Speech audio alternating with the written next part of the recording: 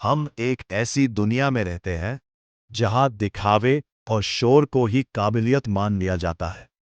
अक्सर कमरे में सबसे जोर से बोलने वाले को ही सबसे बुद्धिमान समझ लिया जाता है और जो सबसे ज्यादा घुलने मिलने वाला होता है उसे ही सबसे सक्षम मान लिया जाता है।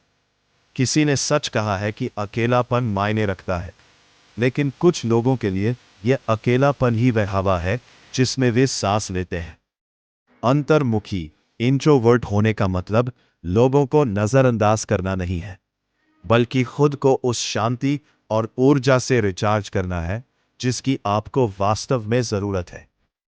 एक अंतर्मुखी का मस्तिष्क एक ही समय में कई स्थितियों का विश्लेषण करने की क्षमता रखता है। अगर आप एक अंतर्मुखी हैं, तो आपको उन तथ्यों को समझना होगा जो आपके जीवन के विकास में मील का पत्थर साबित हो सकते हैं। दशकों तक अंतर्मुखी स्वभाव को एक बीमारी या एक ऐसी बाधा के रूप में देखा गया जिसे सफलता के लिए ठीक करना जरूरी था। लेकिन क्या होगा अगर हम शुरू से ही इसे गलत नजरिए से देख रहे हो? क्या होगा अगर ये शांत रहने वाले लोग सिर्फ शर्मीले नहीं, बल्कि एक अलग मनोवैज्ञानिक फ्रीक्वेंसी पर काम कर रहे हैं? The science. सबसे पहले इस बात को साफ कर लेते हैं। अंतर्मुखी होना कोई पसंद नहीं, बल्कि हमारे शरीर का रसायन विज्ञान है। यह सब इस बात पर निर्भर करता है कि हम बाहरी उत्तेजनाओं को कैसे संभालते हैं। जहां बहिर्मुखी एक्सट्रोवर्ट्स लोग डोपामाइन से प्रेरित होते हैं, जो उन्हें बाहरी दुनिया के रोमांच से मिलता है, वहीं अंतर्मुखी लोग एक अलग रसायन को प्राथमिकता देते हैं, एसिटाइल कोलिन।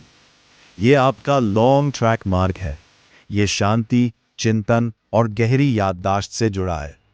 आप इसलिए नहीं थकते क्योंकि आप कमजोर हैं, बल्कि आप इसलिए थकते हैं क्योंकि आपका मस्तिष्क किसी भी जानकारी को बाकी लोगों की तुलना में बहुत अधिक गहराई से प्रोसेस कर रहा होता है। यह जैविक अंतर चार विशिष्ट मनोवैज्ञानिक महाशक्तियां पैदा करता है। नंबर एक, निरीक्षण का इंजन, द ऑब्जर्वेशन इंजन।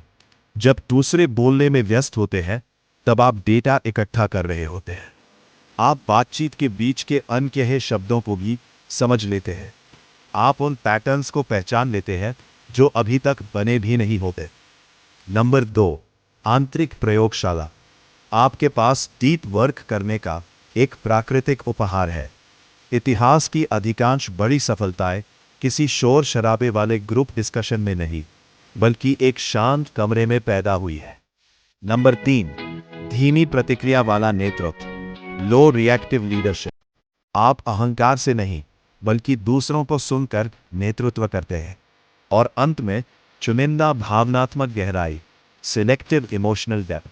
आप भीड़ नहीं जुटाते, आप गहरे और मूल्यवान रिश्तों का एक मजबूत किला बनाते हैं। स्ट्रैटेजी। तो इस स्वभाव का उपयोग करके आप जीत कैसे हासिल करेंगे? सबसे पहले, दूसरों की तरह बनने का नाटक करना छोड़ दे। पहला, रिकवरी रेशियो का सम्मान करें। शोर के हर एक घंटे के बदले खुद को कम से कम 30 मिनट की शांति दे। यह कोई विलासिता नहीं, यह आपका ईंधन है। दूसरा, प्री गेम रणनीति। छोटी मोटी बातों, स्मॉल टॉक में उलझने की कोशिश ना करें। मीटिंग में जाने से पहले 3 महत्वपूर्ण पॉइंट्स तैयार रखें। भले ही आप 20% बोलें, लेकिन आपकी बात में 80% मूल्य होना चाहिए। तीसरा, लिखित संचार, असिंक्रोनस कम्युनिकेशन का उपयोग करें। अगर कोई समस्या जटिल है, तो उसे हंगामेदार कॉल पर सुलझाने के बजाय लिखकर बताएं। आपकी आंतरिक प्रयोगशाला ही आपका सबसे बड़ा हथियार है। इसे काम करने के लिए समय दें। चौथा, हर किसी के साथ दोस्ती करने की कोशिश न करें। सिर्फ उन्हें चुनें जो आपके वास्तव में करीब है या जिनका बौद्धिक स्तर आपके समान है। से नहीं मापी जाती कि आपने कितना शोर मचाया, बल्कि इस बात से मापी जाती है कि आपने पीछे कितना प्रभाव छोड़ा। अगर आप एक अंतर्मुखी हैं, तो खुद को बदलने की कोशिश करना बंद करें। दुनिया को और अधिक शोर की जरूरत नहीं है। इसे और अधिक सुनने वालों की जरूरत है।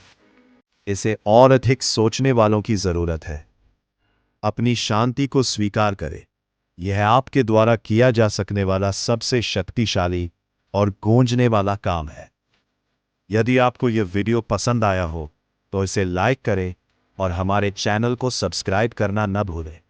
अगर